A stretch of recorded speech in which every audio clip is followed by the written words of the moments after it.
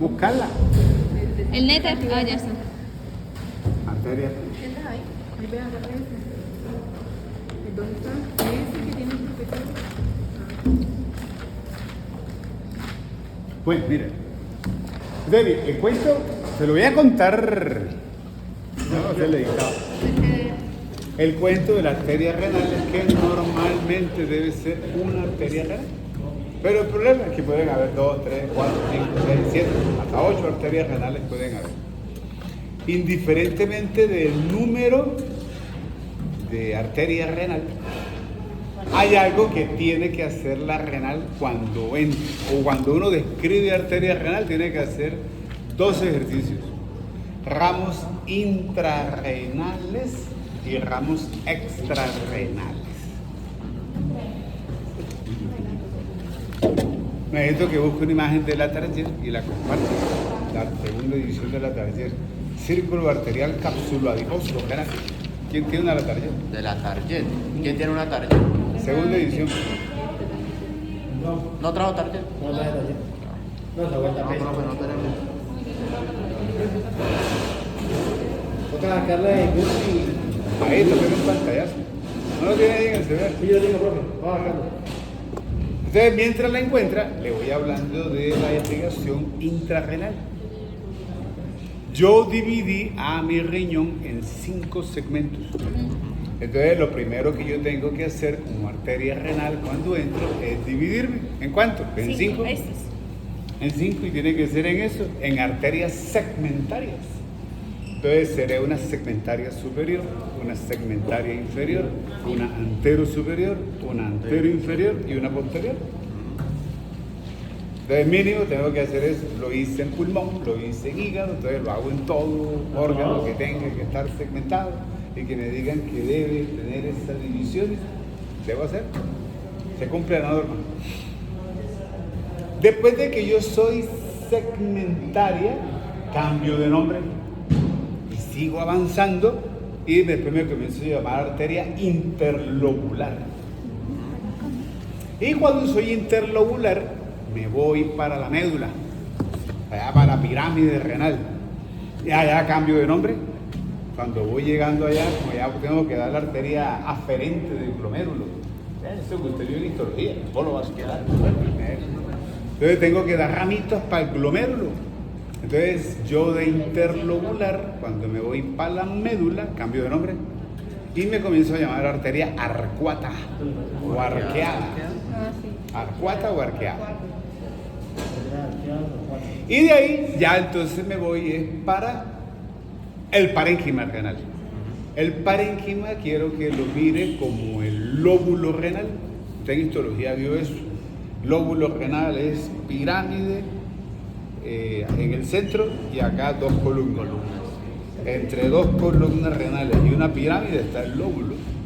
Entonces me voy para el lóbulo renal, específicamente para la región de las columnas renales o de Bertin. En las columnas renales o de Bertin, la arteria arcuata cambia de nombre y se comienza a llamar arteria interlobulillar. ¿En las columnas qué? En la columna renal cambia de nombre. Ella va cambiando de nombre en la medida que va avanzando. Y cuando estoy a nivel de la columna, entonces ya doy mi último nombre. Entonces ya digo, ya me llamo interlobulillar. El problema con las interlobulillares ahí es que hay de 2 tipos. Unas que se quedan en la corteza, entonces serán interlobulillares corticales. Las que se quedan ahí en la corteza. Pero si usted se está dando cuenta, hay unas que atraviesan el riñón. Sí. Entonces, esas que atravesaron el riñón, que se vuelven externas, serán las interlobulillares perforantes. Porque perforaron. Se van para la parte externa. ¿Encontró la figura? Nunca lo profe. ¿Cuál sería? Ah, yo le digo igual. Necesito buscar el círculo, busque un riñón, busque el riñón. Y hay una que es del círculo arterial capsuloadiposo.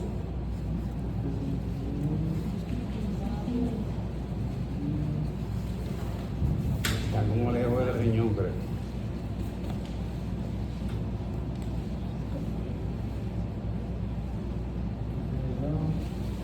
No, hágale para arriba. Salga el abdomen. Échale para arriba. Sistema urinario. Ajá. Riñón, y Hágale para arriba. Hágale para arriba. Ahí ya sí que no. Hágale, hágale. Ay, esa es la que me haga el favor. Tómeme un pantallazo y envíala. Hágame el favor. Entonces, eso que le acabo de contar es la historia de irrigación renal, intrarrenal. Así es que se da la pregunta que le iba a hacer, era más sencilla hoy. No lo habíamos visto. Esa es la intrarrenal. Esa es la intrarrenal. Son las ramas intrarrenales. Y la que van a enviar se llaman ramas extrarrenales. No tienen mayor implicación en la parte funcional renal, pero hay que saberla. Yo no sé qué patología le llegue, yo solamente le doy su parte anatómica. Profe, ¿en éter no se ven? ¿En éter no están? No, ¿Por en qué? éter no, por lo que no tienen tanto peso en la parte funcional renal. Ah, Entonces por eso no están. Pero a la hora de un trasplante tendrán algo que ver. En la parte formativa, a nivel renal también. Entonces todo está por algo. Algunas sí, otras no, pero bueno, ya. Yo se la cuento. Ya. ¿Ya? Listo, bueno. Ya todas las recibieron. Sí. Bueno, entonces la otra parte se llama arteria renal, ramos extrarrenales. Entonces son los que aparecen ahí. Aquí aparece una parte de la historia, pero ahí aparece otra. Entonces ramos extrarrenales, la primera, arteria suprarrenal inferior. Entonces necesito que la arteria renal dé una ramita para la glándula suprarrenal. Y se llama así suprarrenal inferior. Es rama de la renal. Ah, sí, aquí está. La segunda es para el ureter, entonces una rama uretérica, Sí, está. va con destino a ureter. Algunos le dicen uretérica proximal, otra uretérica superior, bueno, rama por ureter. Y la otra es la que vamos a ver en la imagen de Néter, entonces en la imagen de la Target. Entonces, necesito formar un círculo arterial alrededor del riñón que le digo círculo arterial cápsulo adiposo. Pero para que pueda entender el círculo arterial cápsulo adiposo, tiene que mirar la imagen de la Target. Ninguna de Néter le sirve. Y en la Target va a mirar la que está en el lado, usted mira la imagen de frente, la que está en el lado derecho está el riñón entero. Si la que está en el lado izquierdo es un corte coronal del riñón. ¿Listo? La izquierda es un corte coronal, la derecha está completica, el riñón. Entonces, ramos extrarrenales. Llevo dos, voy con el tercero. Arteria capsular. Hay una ramita de la renal que se va por delante del riñón y que se va a formar el círculo arterial exorrenal. Entonces, esta que está ahí. Esa que está ahí. Arteria capsular. Algunos le dicen cápsula adiposa, otros le dicen anastomosis renocapsular. Lo pueden encontrar con 3, 4 minutos. Ahí lo vieron, no importa. ¿Listo? Bueno, listo ya. Esas son las ramas exorrenales. Pero la última tarea que tengo es terminar de formar el círculo arterial exorrenal. Entonces tengo que terminar de formarlo. Entonces, ¿cómo más lo formo? Miren que para el círculo arterial exorrenal hay unas ramitas que nacen de las arterias testiculares. Busque 2 arterias testiculares que pueden ser ováricas, van para abajo porque van para la cavidad pélvica, pero dan una ramita que se van para el círculo arterial exorrenal. ¿Listo? La otra son las lumbares. Entonces las lumbares son arterias que están contra la pared posterior del abdomen. Y entonces ahí cuando pasan por el riñón, ahí dan un ramito que ayuda o contribuye a formar el exorrenal. La otra, las suprarrenales. Mire arribita la glándula suprarrenal y verá que de la suprarrenal inferior sale una ramita que ¡pum!, se va y contribuye a formar círculo arterial exorrenal. Y en la última historia de la gráfica le aparecen las flexuras cólicas. Entonces la arteria Las arterias que van para la flexura cólica derecha e izquierda, como las flexuras se relacionan con riñón, entonces además de dar ramos a las flexuras, también doy ramos que contribuyen al círculo arterial exorrenal. Entonces del lado derecho tiene que ser la cólica superior derecha y del lado izquierdo tiene que ser la rama cólica superior izquierda. Cólica superior izquierda. Entonces las cólicas, además de irrigar flexura cólica, también irriga, contribuye a formar el círculo arterial exorrenal. Y listo, esa es la historia del riñón con su anexo para irrigarlo. Aquí lo único clave es que para entender lo venoso necesito lo arterial. Entonces uno lee la Target le dice, el drenaje venoso renal se distribuye en 3 direcciones. Cuando usted tenga paciente con falla renal, paciente con problemas infecciosos a nivel de abdomen, hidronefrosis, bueno, todo, síndrome nefrótico, todo lo que tenga que ver con el riñón, trae un compromiso en abdomen y un compromiso en otras regiones del cuerpo. Vamos a ver en cuál. ¿Hacia dónde se va la sangre venosa del riñón? Se drena en cava. Ah, bien, la figura, ¿a dónde más ir en día? La figura me lo dice. Una parte renal se va en cava. Mire, ya que tiene la imagen ahí, siempre, eso pasa, yo no sé por qué siempre pasa. Recuerde que la aorta es izquierda y la cava es derecha. Entonces eso hace de que las estructuras que están a la derecha, las venas son más cortas, mientras que las arterias eran más largas. El riñón es una de ellas, ¿cierto? Generalmente pasa para todo, con todo sucede lo mismo. Entonces siempre lo venoso, como está a lo derecho, lo cavo, entonces todo lo que drene en el lado derecho y que esté cerca a la cava, entonces las venas van a ser más corticas. Mientras que lo arterial del lado derecho va a ser más largo porque la aorta está a la izquierda, entonces tiene que recorrer más trayecto. Y lo invertido, las estructuras que estén a la izquierda, lo arterial será más cortico, mientras que lo venoso va a ser más largo porque la cava es derecha. Mire la historia renal como es dispareja en longitudes al comparar vena con arteria. Un concepto. Lo otro, bueno, riñón drena en cava inferior. Bueno, listo, ahí se ve perfecto, no tiene más nadie con quien hacerlo. El problema es que me dice que el riñón también drena en porta. Y sí lo tiene que hacer en porta. Porque si le estoy dando sangre sangre arterial por mesentérica superior y por mesentérica inferior, y como la historia es homónima, satélite y en reversa, pues debe drenar en venas cólicas. Eso terminará en o mesentérica superior o mesentérica inferior, no importa. Además, recuerde que yo le conté de anastomosis portocava retroperitoneales o de Retzius.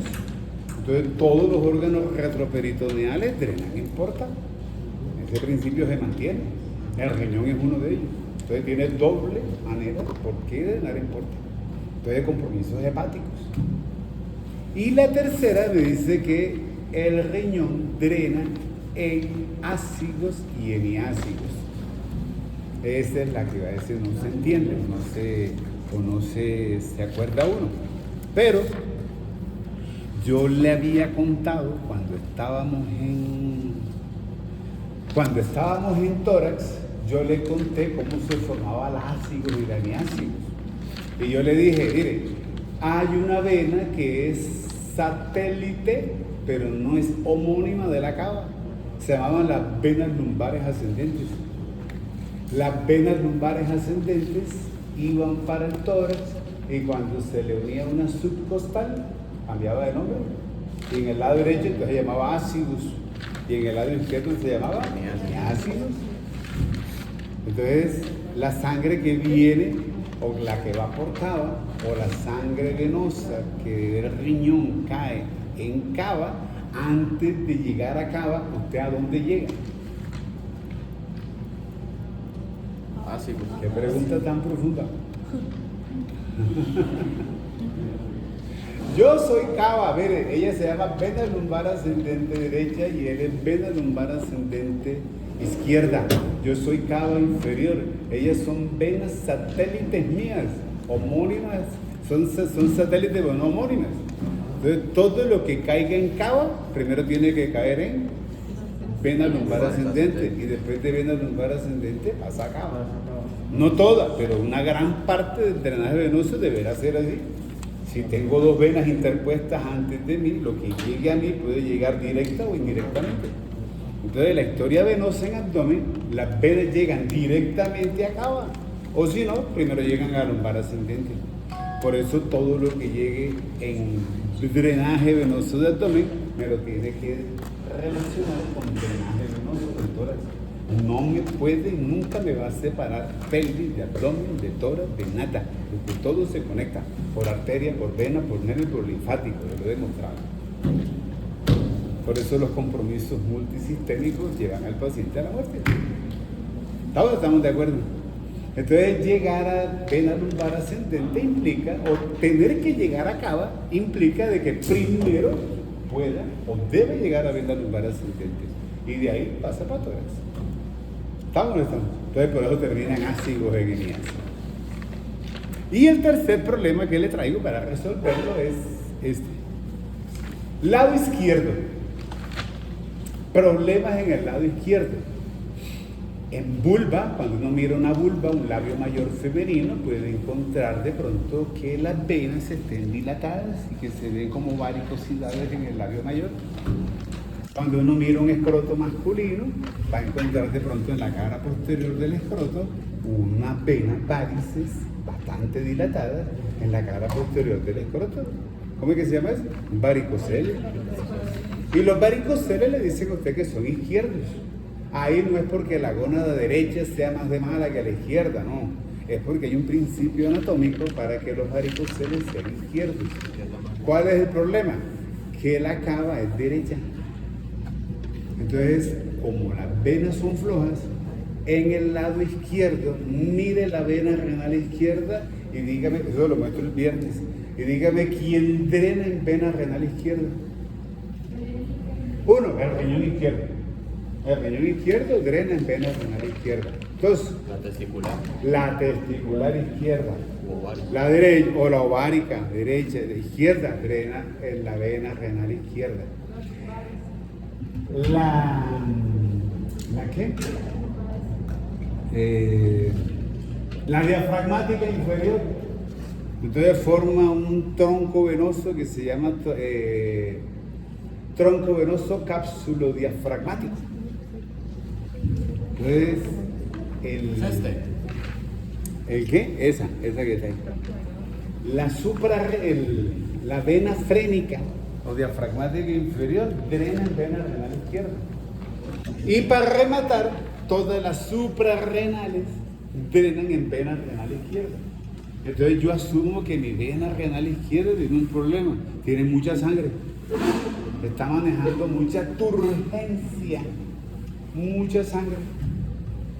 Y si usted se acuerda de su biofísica médica, entonces ¿cuál de las cuatro tendrá menor probabilidad de drenar fácilmente en vena renal izquierda?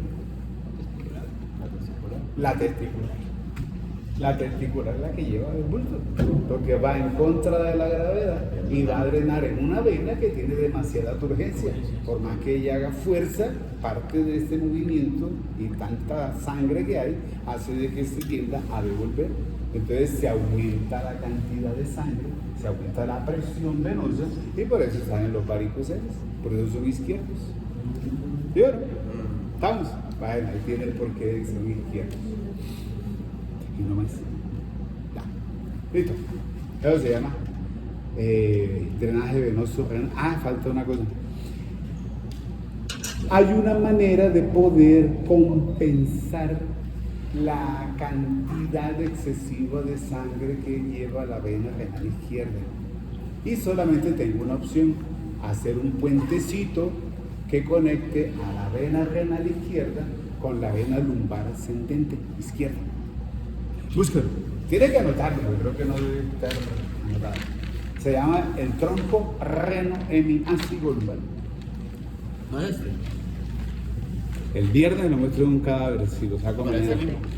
Tronco reno-hemiácido lumbar o de Tuffier-Leyers. ¿De qué? Tuffier-Leyers. ¿Cuál es? Dígale reno-hemiácido lumbar. El Tuffier ya son epónimos. Es simplemente conectar a la vena renal izquierda con la vena lumbar ascendente izquierda. La idea es poder Profe, bajar la cantidad de sangre venosa que me maneja la vena renal izquierda. Los libros dicen que sirve el caso de ligadura de la vena renal izquierda. Es para eso, a lo que le estoy contando, no sirve para más nada. Entonces simplemente es una conexión que hay para bajar la cantidad de sangre venosa que está dentro de la vena renal izquierda. Entonces voy a derivar sangre, echarla para un lado para que alguien me ayude a manejar menos cantidad. Entonces lo hace ese tronquito. Dígale tronco reno-hemiácido lumbar. El Tuffier-Leyers si quiere, si no. No, pues no Tronco reno-hemiácido lumbar. Listo, no más. Linfático. Ay, perdón. Bueno, lo linfático es facilito.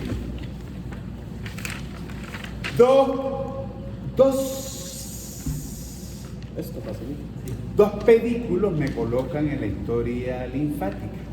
Uno que se llama suprapedicular y uno que se llama infrapedicular. Es bobadas, es lo mismo. El suprapedicular es el que va por las paredes de las arterias, porque la arteria está más arribita. Y el infrapedicular es el que va por las paredes de la vena renal. Eso no tiene problema. Ahora, si usted va por la vena renal, O sea, pues este es será supra. afluente de los cabos. ¿Cómo? Este es el supra. No, sería acá en este. Aquí los que vayan aquí cabalgando por las Y los paredes. infra son los de... Profe, la supra va por arteria. Los supra van por las arterias, los infra van por la vena Los renal. infrados vamos. Entonces los supra, como van por la arteria, entonces seguramente serán afluentes de los aórticos. Y los infra, como van por lo venoso, entonces serán afluentes de los caudos. Entonces, todo va a terminar en lo mismo que termina en el abdomen. Se van para los renales, se van para los celíacos, se van para los internos del kilo. La misma historia. Un cáncer de riñón derecho y izquierdo, seguramente supraclaviculares o de bicho, pues ya se infartarán. Solamente que tenga en cuenta la historia de la de los ganglios y sus relaciones con aorta o con cava. No más. Lo nervioso no tiene problema. Dos contingentes tiene lo nervioso a nivel renal. Plexo renal, la historia del plejo solar. Entonces las fibras nerviosas que nacen de plejo solar y que acompañan a las paredes arteriales de la arteria renal. Lo mantengo. Pero aparece un segundo contingente y son fibras nerviosas que nacen directamente del plejo solar. Se llama plejo intermesentérico. Mire que del plejo intermesentérico salen fibritas que van derechito, no cogen ninguna vía arterial. Entonces, dos contingentes, el mismo estímulo, solamente que por dos vías diferentes. Una utilizando las paredes arteriales y una directa sin utilizar las paredes arteriales. Los ramos renal y uretérico del plexo intermesentérico. Del plejo intermesentérico. Llevan lo mismo. Van a llevar simpático, van a llevar parasimpático, van a llevar sensitivo. Solamente que uno lo hace por cabalgando por las paredes y el otro no. ¿Y listo? ¿Vamos? ¿Cómo se llama renal?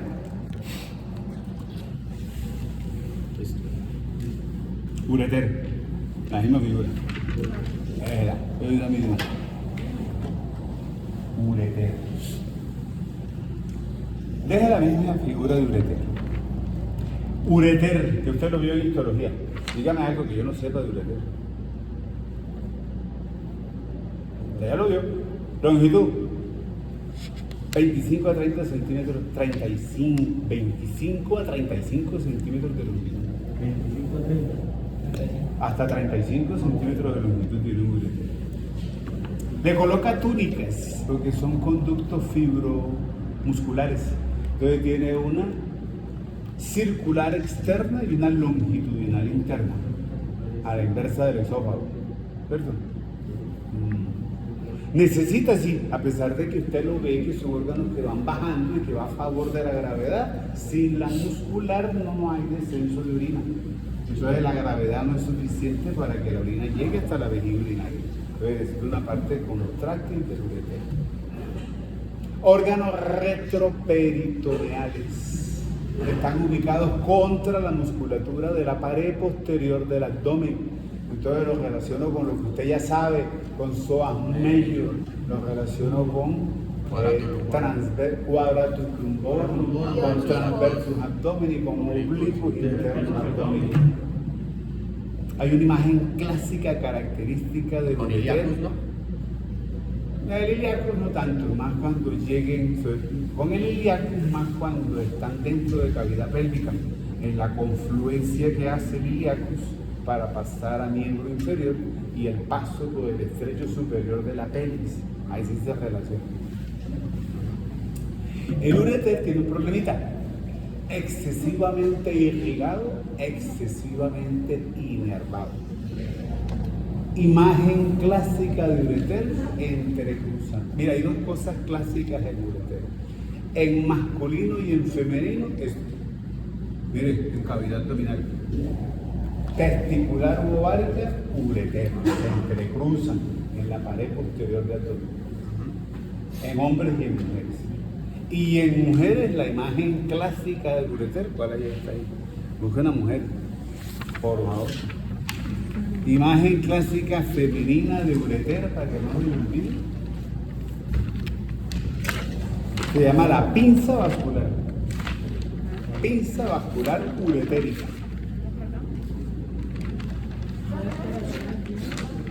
Esa que está ahí, femenina. Y entonces va a buscar, mire, aquí ureter y aquí encuentra esto. Arriba, arteria uterina. Y abajo, arteria vaginal larga.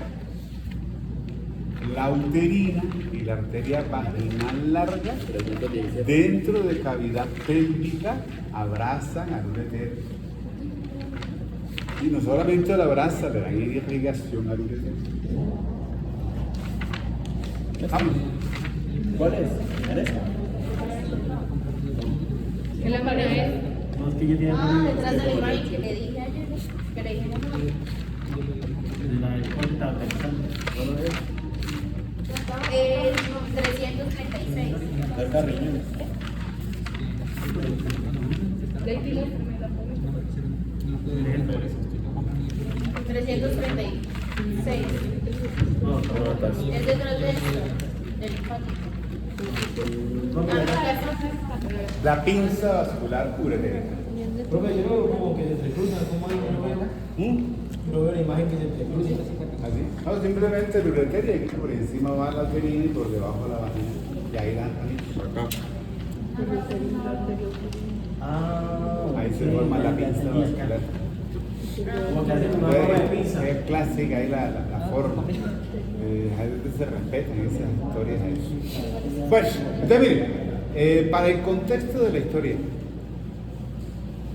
yo necesito al ureter, lo quiero para que transporte la orina desde el riñón hasta la vejiga urinaria. El ureter tiene constricciones y las constricciones del ureter para mí implican los episodios en los cuales está el dolor del paciente. Yo no sé usted, pero yo tengo todo planeado en mi paciente. Yo cuando tengo una patología la tengo aquí en la cabecita. A mí la patología no juega conmigo. Yo sé por dónde va la patología, no a la inversa. Entonces yo sé cuándo vienen los dolores en el paciente en el ureter. Entonces el primer dolor, pues en la transición pielo-uretera. Cuando se adelgaza, cuando cambia en L1, cuando se vuelve angosto y cuando deja de ser pelvis para convertirse en ureter, ahí está la primera constricción, ahí está el primer dolor.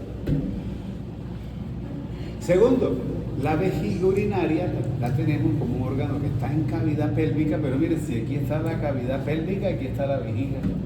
Y yo soy la pared posterior del abdomen. Entonces yo tengo que bajar por la pared posterior del abdomen y tengo que ir hacia la vejiga urinaria. Ese cambio hace de que aquí haya un doblez. Usted está viendo el paso por los vasos ilíacos. Al pasar el ureter por los dos vasos ilíacos, le está mostrando que está haciendo esto. Entonces ahí tengo un doblez. Entonces esa es la segunda constricción del ureter. Algunos dicen que no, otros que sí. Algunos le ponen ley. Cuando estén allá en urología van a hablar de la ley de Luska. Esta. En la cual los cambios en la forma en que los ureteres transitan a través de los vasos ilíacos, eso se los contará el urologo allá.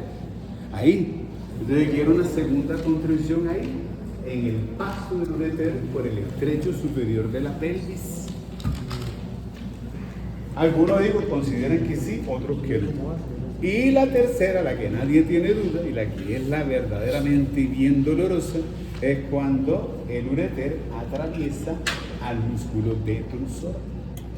Porque tengo una pared muscular atravesada por un tubito y un detrusor que tiene 3 capas, ¿de acuerdo? Longitudinal, tiene 2 capas longitudinales, una interna poco desarrollada, una externa bien desarrollada y la circular. Entonces me va a comprimir a ureter. Eso se llama la unión ureterovesical. Esa es la que duele. Esa es bastante dolorosa. La unión ureterovesical. El paso de cálculo para mí. ¿Estamos de acuerdo? Sí. Bueno, listo. Entonces, como quiero humanizarlo, ¿cuántas arterias tiene el ureter? Entonces, contémosla de abajo para arriba. Primera, arriba, la uretérica de la renal. ¿De la qué? Pues la primera.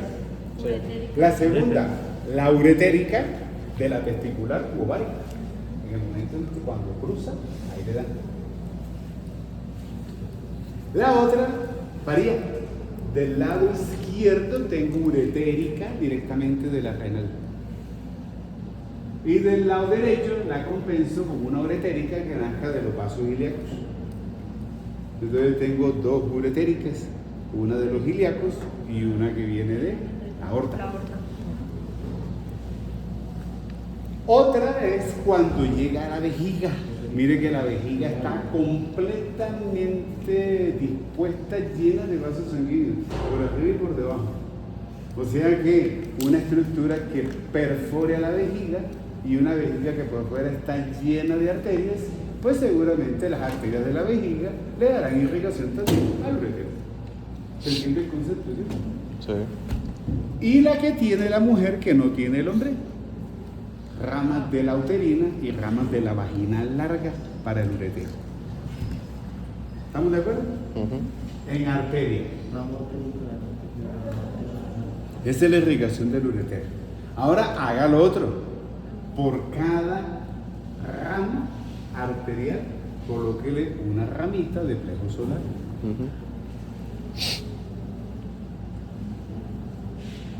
Ya tiene la imagen del uretero en nervios, búsquela.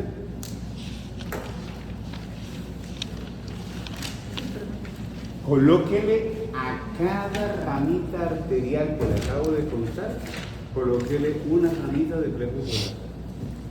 Con una sola tiene. Ahora mire cuántas le hemos colocado. ¿Sí o no? Y además de eso, mire, en el plejo, la vez pasada hablamos de plejo hipogástrico inferior, ¿no? Sí. Bueno, el plejo hipogástrico inferior abraza al ureter y le manda fibras nerviosas que lo bordean y que le dan la vuelta y que le brindan inervación. O sea que un ureter, un cálculo renal, duele. Humanícese con su paciente. Después de una neuralgia trigeminal, lo peor que hay es un cálculo renal. Y eso, hay dolores peores, pero al menos estos son de los más comunes que hay. Entonces, el paciente le está doliendo, tiene razones, trabájelo, moderado, severo, dópelo, tranquilícelo, déle buen analgésico. ¿Estamos de acuerdo? Es mucho y es demasiada la inervación que tiene el ureter vista del sector. Llegaron de recursos físicos. ¿Qué es lo que hay pendiente para llevar? Que dicen que van a llevar algo. ¿Qué se ordenó sacar? ¿Usted sabe? Formol. Listo. Un barril de Gorgón. Un barril. Sí, para veterinarios, sería bien. Piensen en Ureter, ya ven, veterinarios. Ay, el viernes van a dar 4 horas.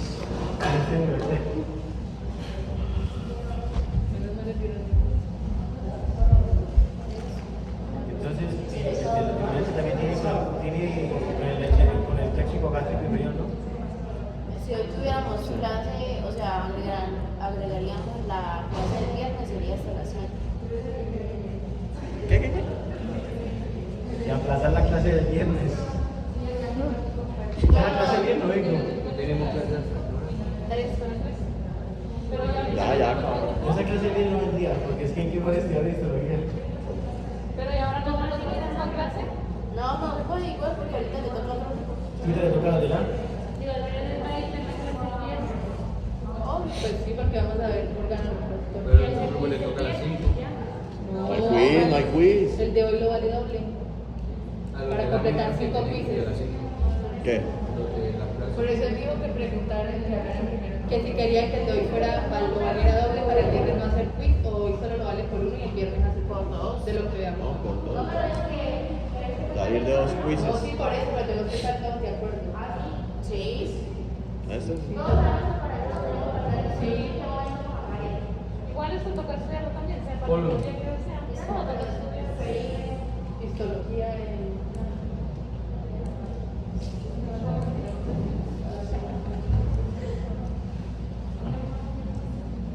Pues sí, ¿no? Igual se toca estudiar.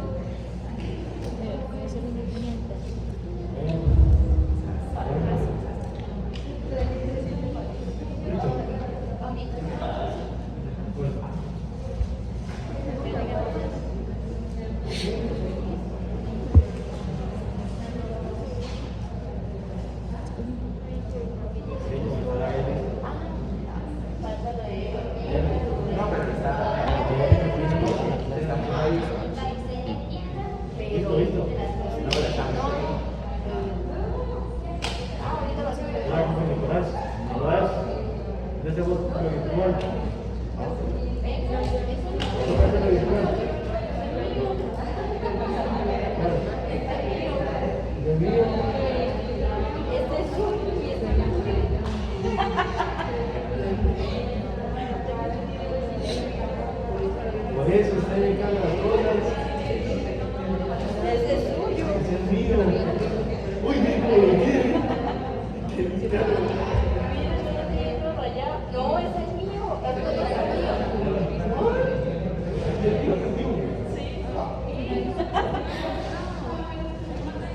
Pero es que mío. 45.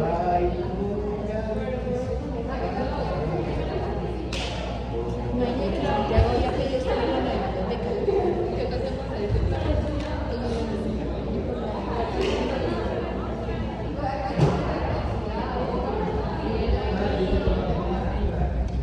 Bueno, se va a hacer no, pues. Porque así también la gente de los abuelos, nadie pide ni tiene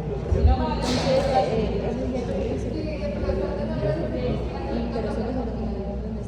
No la que para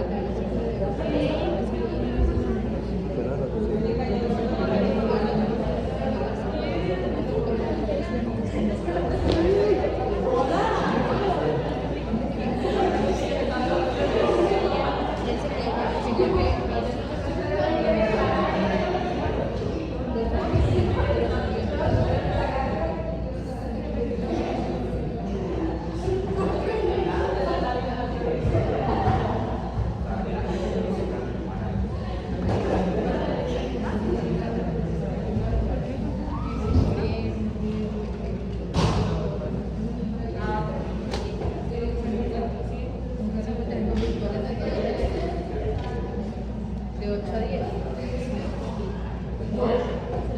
No, de 10 a 12. Claro que no estaríamos de 8 a 8. Pero teníamos... Ureter. Bueno, ya pensé en Ureter. Vamos, profe. Bueno, entonces listo, la historia de Ureter, entonces ya. Plejo hipogástrico inferior es el que le da el toque bastante sensitivo y bastante exquisito a la historia de Ureter, aunque toda la historia de plexo solar también. Listo, llevo el ureter y lo voy a llevar hasta vejiga urinaria y lo voy a llevar hacia la cara posterior e inferior de la vejiga urinaria. Esta es la última historia que estoy viendo ahí, la llegada de... Ahora busco un corte de vejiga y miramos la historia en el plastro. Un corte de vejiga urinaria. Miremos una vejiga cortada por favor.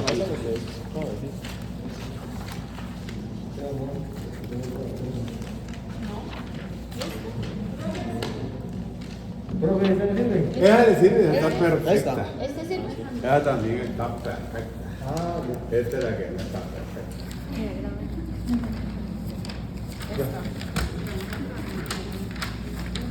Fuerte la profe. Miremos otra vez. La que no está. Ureter. Venga, ¿cómo se dice? Ureter. Ureter.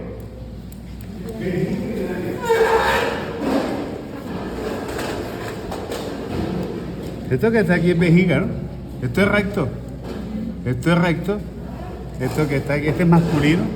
Esto tiene que ser los recesos rectovesicales. Entonces, esto es vejiga urinaria. Esto que está acá es uretra. Esto que está acá es la próstata. Esto y tóquela. Está gordita. Un adenoma prostático ahí. Una próstata ya. ¿En qué? Eso se llama una Hiperplasia. hiperplasia prostática benigna. Bueno, acá le tengo una libra. Vejiga. Un reservorio, míralo, así pequeñito. Uno pensaría que es más grande, pero míralo. Esto es la vejiga urinaria. Pequeño, ¿no? Pequeñito, bastante pequeño. ¿Cómo aguanta tanta presión y cuando hay Y una- sin embargo, parte de la presión que la vejiga tiene las mismas capas de... se habla de las capas longitudinales, circulares y plexiformes, ya que hacen como intercruzamiento.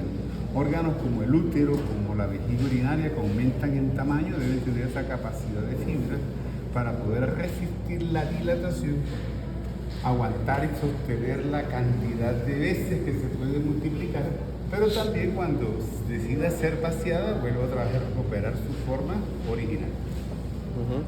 Hay dos cosas en vejiga.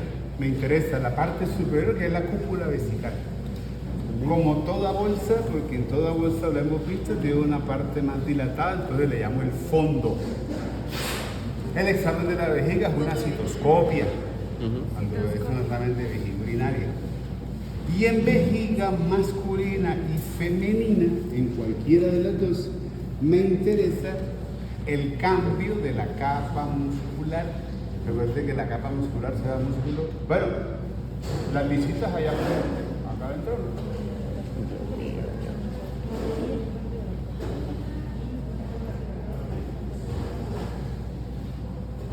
No van a ser los privilegiados que no van a hablar por mucho. Queremos, no venga. Que ganó el premio acá adelante. Si quiere hablar, mira, hable aquí delante de la vejiga urinaria. ¿Cierto? ¿Qué otro castigo le ponemos? Ya está. No, no, venga para acá adelante, quiero verlo acá adelante. Usted también. No le gusta el formón de mala. Al último día molestando. Qué rayo tan fregado. Pero ya no voy a las ceremonias de grado cuando invito. Ya no voy. Bueno, el cambio que necesito es en la parte muscular. Entonces mi detrusor, que es el músculo de la vejiga urinaria, tanto en hombres como en mujeres, de la cara inferior de la vejiga, tiene que nacer esto que le acabé de contar, la uretra. Entonces necesito que haya una transformación muscular. Esa transformación muscular es dando inicio a un esfínter, dando inicio a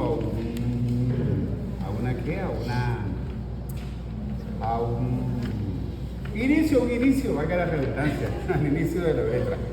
Entonces, vamos a mirar los dos tipos de uretra porque tienen diferencias. En el nombre es igual, se llamará uretra del cuello vesical. Uretra del cuello vesical. Y la uretra del cuello vesical representa eso, el inicio de la uretra, masculino o femenino, por el cambio de fibras del músculo uretrosor de la vejiga. Músculo liso, entonces el músculo que no está bajo mi control. ¿Estamos de acuerdo? Bueno. ¿Qué veo entonces que hay en la historia anatómica de vejiga urinaria? Entonces necesito buscar en la parte posterior e inferior de la vejiga urinaria algo que se llama el trígono vesical o triángulo de Lito.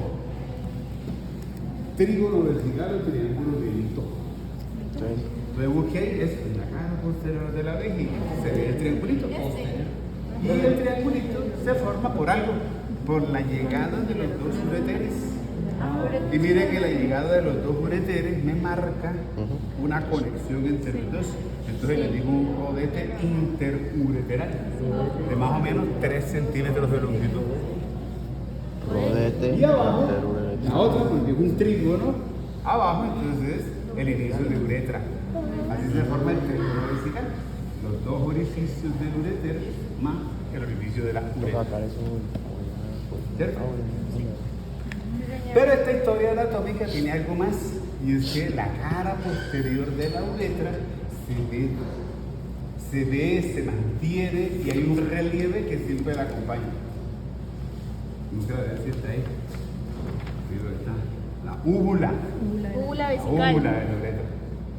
La úvula va a estar, es una elevacióncita, es como una cresta que está ubicada en la cara posterior de la uretra. La va a acompañar tanto en hombres como en mujeres. Ya les cuento alguna diferencia masculina o femenina. ¿A dónde llevo la historia?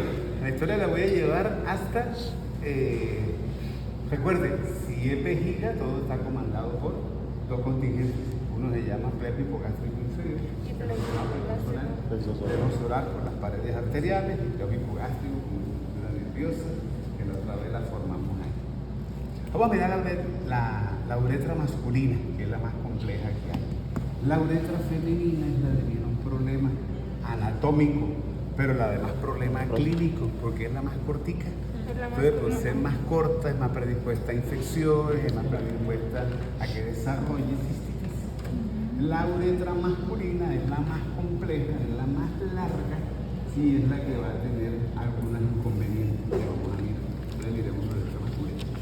Estamos terminando esa historia de éxito. Bien, la tengo. Entonces, en uretra masculina tengo un problema. Voy a comenzar de donde debo comenzar. Entonces, uretra del cuello vesical. O también le puedo decir uretra preprostática en el hombre. ¿Ya la tiene? Uretra del cuello vesical, la primerita.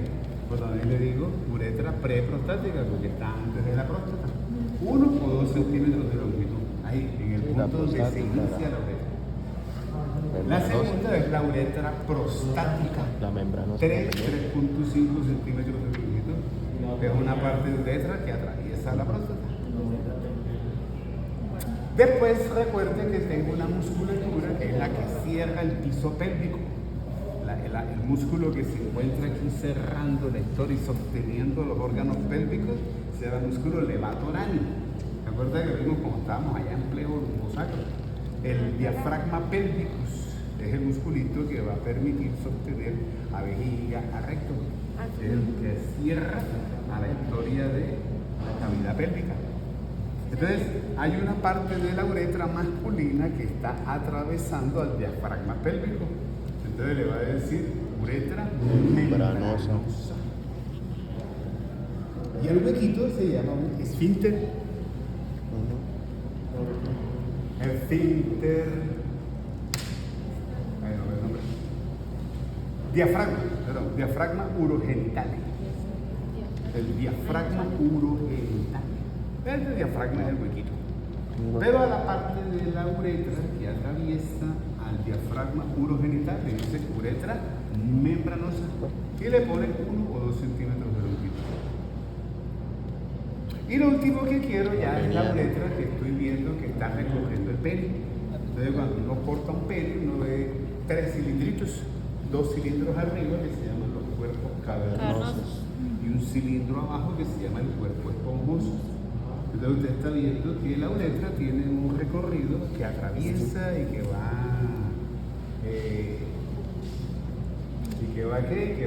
dentro del cuerpo esponjoso. Entonces se llama la uretra esponjosa. Más o menos 15 centímetros de uretra que hay ahí, a ese nivel. ¿Usted le puede decir peniana? Pues le dicen peniana, pero es esponjosa. Porque es que todo va a ser esponjoso y de ese nivel. Entonces, una vez ponerle nombre a las cosas. ¿Tenemos esa historia ahí, cierto? Sí. Bueno, entonces devolvamos lo que hemos historia. Y con esto le damos fin a la historia del bebé. A no ser. Historia de Necesito una posición ginecológica o dorso sacra, masculina o femenina. Busca una imagen con piernas separadas, masculinas o femeninas. Pero con muchos nervios y arterias. Le doy un consejo, busque la masculina. Netter le gustaba más lo masculino que lo femenino. Le puso más detalle. No estoy insinuando nada. Sí, Netter la toma. Ayúdame. Mire la masculina.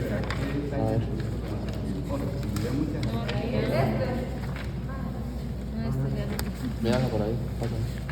Esta. ¿Qué página? 403. Pásame. Y una vez busquemos la femenina No es la misma. homóloga ahí de ahí la masculina. Una y femenina. la femenina. Ahí. Entonces, mire, Y la femenina. femenina y masculina. Entonces, el cuento con la irrigación de uretra y con la irrigación de uretra, tanto masculina como femenina, van a estar dadas por las líneas nerviosas, venosas y arteriales que encuentran a nivel de la región perineal, la región del perineo. Entonces, cuando uno revisa la región del perineo masculino o femenino, en mujeres, uno ve alrededor ¿se acuerda que el tejido eréctil anexo a los genitales, uno le dice que son cuerpos esponjosos o cuerpos cavernosos? Ese tejido eréctil es como masas que absorben sangre, son básicamente como esponjas. En la historia de cuerpos eréctiles, alrededor del orificio vaginal se encuentra el bulbo vestibular. Entonces son 2 masitas de tejido eréctil alrededor de ese cuerpo esponjoso. Y a nivel del hombre, uno también va a encontrar una parte del pene. Lo que uno ve de un pene externamente es solamente el cuerpo y el glande. Uno no ve una parte del pene que está bien adentro, que es la base o raíz del pene. Entonces lo miramos en pica después. La próxima lo miramos en los cadáveres. Entonces hay una parte visible y una parte no visible. La parte no visible es también cuerpo eréctil y es la base o raíz. Eso también se llama el bulbo. Entonces hay arterias, la arteria que usted está viendo se llama arteria pudenda interna. La pudenda interna, yo le había contado que la pudenda era una rama de ilíaca interna. Entonces la pudenda interna da ramos vulvares.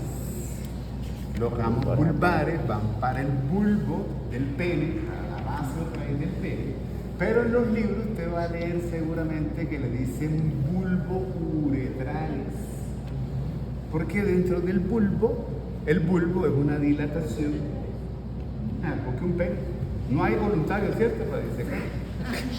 No es un 05.